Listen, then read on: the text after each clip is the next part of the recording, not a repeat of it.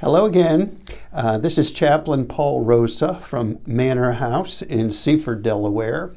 I'd like to begin by sharing with you a few of the opening verses from one of the great Psalms of Lament.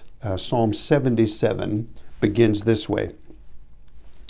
I cry aloud to God, and he will hear me.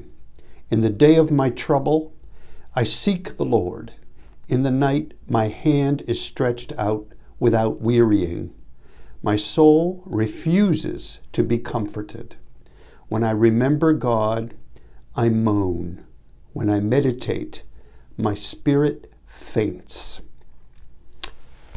My spirit faints. A word that came to my mind this week was dispirited, as our community had to adjust to test results, which were actually pretty good, but still we did have a few positives, and it required us to take even further steps of precautionary steps, which hopefully will be short-lived. But there were a couple days where it was rather dispirited around here as we wonder, where is the end of this long journey through this COVID crisis?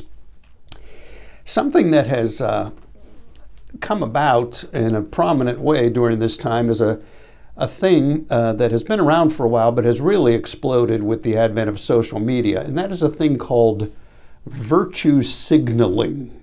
I don't know if you're aware of this term, but as the term indicates, it's showing, broadcasting, basically how virtuous you are. Right?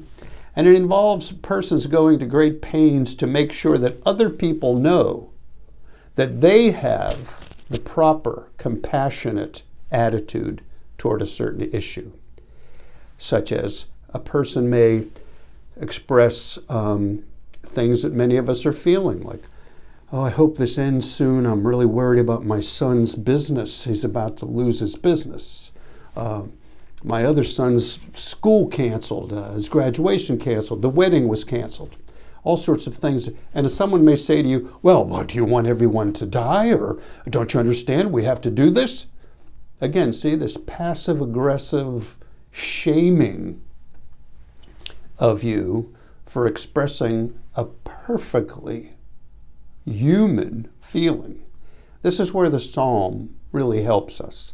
There's nothing more honest that you'll find in the Bible than the way the psalm writers are honest in the way they approach God. Look what he says. My soul refuses to be comforted. When I remember God, I moan and my spirit faints. He's honest. If you're feeling this way, sometimes a little impatient, a little grumpy, a little wondering where the end, that is natural. Right? That is natural. You're not crazy and you're not selfish. But you don't want to stay there. Here's where the psalm helps us even more. The psalmist is honest, and he remembers to turn to the Lord, as he says later. I will remember the deeds of the Lord. Yes, I will remember your wonders of old. The Bible tells us what to do with those feelings when we get them. There's a lot out of our control now. There's no question about it. But nothing is out of the control of the Lord. And we certainly can take our own feelings, whatever they may be, to him honestly. And I encourage you to do that. Don't allow yourself to be shamed or be made to think there's something wrong with you for feeling things that are perfectly natural. Instead, take those feelings to the Lord and let him comfort you. And he will. God bless you all today.